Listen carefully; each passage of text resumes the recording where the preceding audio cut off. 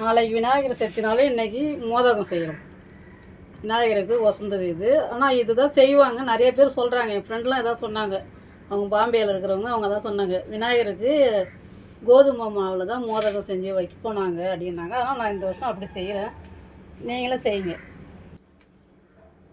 First கொஞ்சம் உப்பு போட்டுக்கலாம். கோதுமை மாவு பேசுகிறது உப்பு போட்டுக்கலாம். லைட்டாக பால், இன்னும் நல்லா சாஃப்ட்னஸ் வரும். இது செய்யணும். சப்பாத்தி செய்யறதுனா கூட சரி, பால் ஊற்றி பேசுனீங்கன்னா நல்லாயிருக்கும் சப்பாத்தி.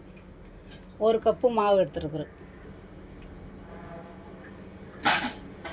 கொஞ்சமாக நெய்,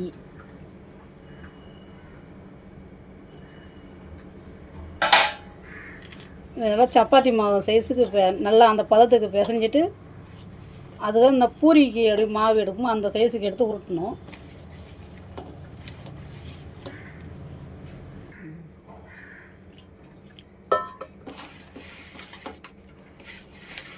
இந்த அளவுக்கு பதம் வந்ததும் மாவை பிசைஞ்சிக்கலாம். ஒரு 5 நிமிஷம் எடுத்து வச்சுட்டு பூரணத்துக்கு ரெடி பண்ணலாம். கொஞ்சம் நெய், கொஞ்சம் தேங்காய் வதக்கிறதுக்கு நெய்,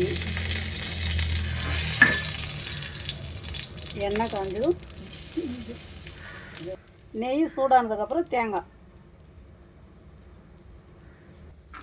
போட்டு நல்லா வதக்கிக்கலாம்.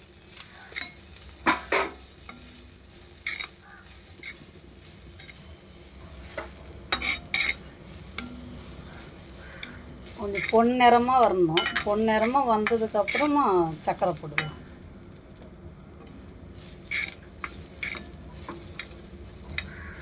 லைட்டாக சால்ட்டு கொஞ்சம் போடலாம். அதில் டேஸ்ட்டுக்கு தான் இது, லைட்டாக சால்ட். இந்த அளவுக்கு வந்ததுக்கப்புறம் சர்க்கரையை சேர்த்துக்கலாம். நான் சர்க்கரை இந்த அளவுக்கு எடுத்து வச்சுருக்குறேன். நீங்கள் அதில் பாருங்கள், பாகு விடுற மாதிரி இருந்தால் நிறையா போட வேணாம். தேவையான அளவுக்கு சர்க்கரை போட்டுக்கோங்க.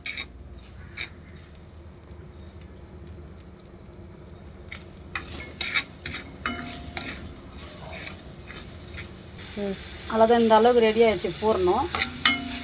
இந்த பதம் போடும். இந்த பதம் வந்ததும் ஆஃப் பண்ணிவிடுங்க. ஆகிடுது. இப்போ இதை நல்லா பூரி மாவு எப்படி சின்ன சின்ன உருண்டையாக எடுப்போம் அந்த அளவுக்கு எடுத்து மெலிசாக திரட்டிக்கணும். இந்த சைஸுக்கு எடுத்து உருட்டிக்கணும்.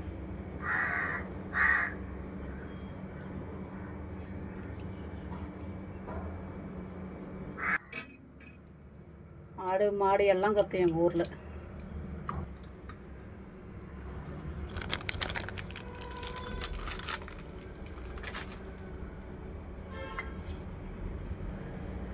கொஞ்சமாக மாவு சேர்த்து பூரி எப்படி திரட்டுமோ அந்த சைஸுக்கு திரட்டிக்கணும். உண்மையாக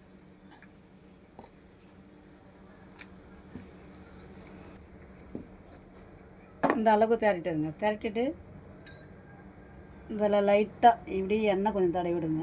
அப்போ தான் நல்லா ஒட்டும். நகை தனித்தனியாக இருக்கும். அது எண்ணெயில் போட்ட உடனே பிரிஞ்சிடும்.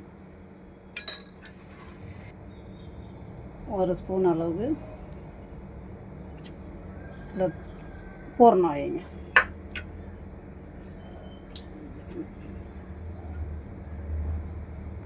இப்படி மடிச்சிடுங்க. மடிக்கும்போது இப்படி மடிச்சு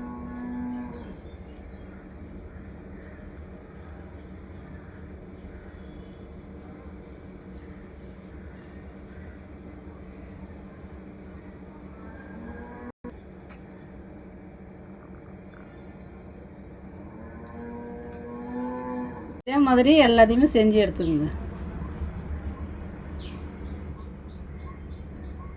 இப்போ நல்லா எண்ணெய் சூடாகிடுது. இதை அப்படி போட்டுருங்க.